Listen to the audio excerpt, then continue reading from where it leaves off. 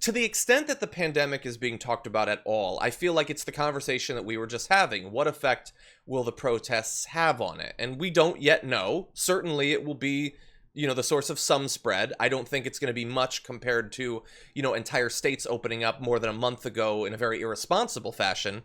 My frustration right now, Anna, is it really does feel like people have moved on, that they don't care anymore. And I know this is the most anecdotal thing imaginable, but we've been walking around our neighborhood this entire time, and for a long time there were a lot of masks. And I still do see masks, but I took my dog to the park, just me and my dog, and there were a bunch of people, and I didn't see one mask on them in a neighborhood that had been taking it seriously. And I worry that everyone has moved on. The fact that 1,000 people are dying every day has been totally normalized, and it just doesn't break through. It's to the point where I tweeted yesterday, we had this like sort of national day of mourning for 100,000 dead. When 2,000 is hit, are we even going to notice? Are we going to acknowledge that? Because we're on track before the end of the year to hit 200,000 at this point. I'm actually terrified about the upcoming economic collapse because of this virus. Obviously, I'm concerned about the number of people who are going to die because it's not really being talked about anymore. It's not being taken as seriously as it should be. But there are huge issues coming up in the next few months tied to this pandemic that just are not being addressed. And one of my biggest concerns is that there won't be any type of economic relief for ordinary Americans who are still taking this pandemic seriously. There are still companies, TYT for instance, that know the severity of this pandemic. And that's why we're not back in the studio yet, even though many businesses in Los Angeles have already opened, right?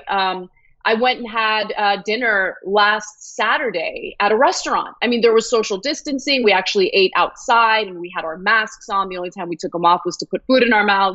But, you see all these businesses opening. TYT's like, we're going to take it slow, because the examples of states opening up too early have already informed us that, no, you're going to see a significant spike. And what the last thing that we should want is for the entire country to have to shut down again. Yeah. But it looks like we're headed in that direction.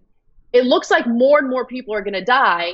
And to top it off, the economic issues tied to this pandemic are only going to get worse because of the inaction of our congressional leaders. Yeah. Mitch McConnell keeps blocking stimulus bills that would extend some of the financial relief that ordinary Americans are receiving right now.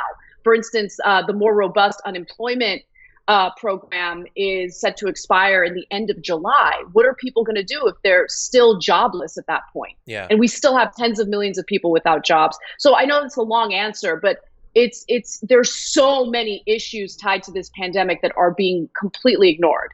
Well, Anna, what you need to understand is that the GOP has lost its appetite for further stimulus. I love that they can just have like setting adrift so many people who will die or lose everything can be pitched in the media as they've lost their appetite for more government spending. I mean, they got their trillions that they can give to their buddies. They got that. And they have their tax cuts. They have all that. Yeah, they lost their... It's just an appetite thing, really. Yeah. And just like with the early warnings about coronavirus, we have the early warnings from some responsible politicians about the rent crisis that is coming, that is about that the the eviction and mortgage foreclosure crises that are coming, and they're not doing anything about that. And you said that you fear that we'll have to shut down again. That's obviously the fear, is that if things explode, and we see in some states, Texas 3 days in a row broke its record for number of hospitalizations. That's not just more testing showing more cases, which would be scary enough. That was people in hospitals.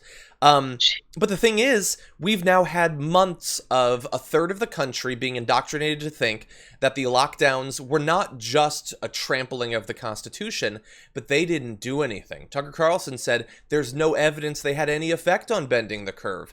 And so my fear, do I fear that we would need to shut down? Yes, but my fear is we will not shut down, no matter how bad it gets, because so many of their followers now believe it's not necessary, and in fact it kills more people than just staying out there. So I think we're done as a society. A critical mass doesn't care, won't care, no matter how bad it gets. if I were, if I had any power, right? Like, okay, let's have a fantasy discussion for a second.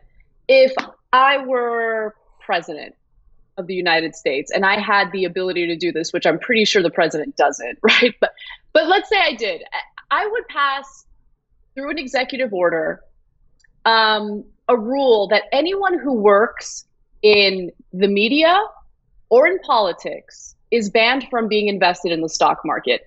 I get that that sounds extreme, but the reason why I bring that up, the reason why I bring it up is because Tucker Carlson is sitting in his comfy, cozy little home studio.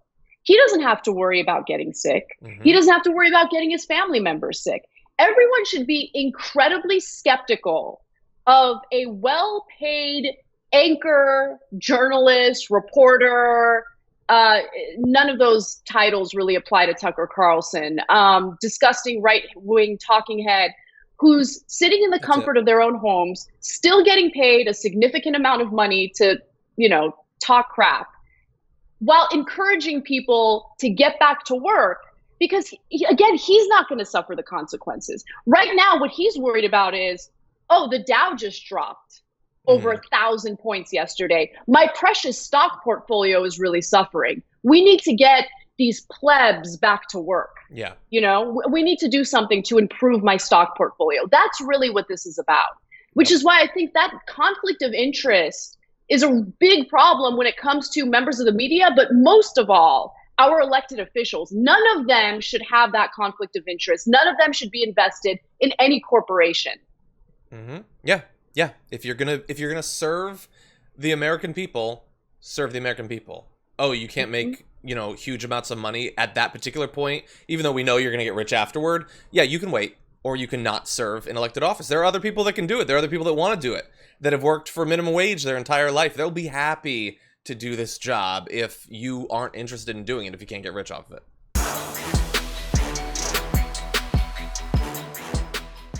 Check out the Damage Report podcast each day, wherever you get your podcasts, whether Pocket Casts or Stitcher or iTunes. You can join me as I give you the news and stories you want, with a range of co-hosts and interview guests jumping in on the fun each day.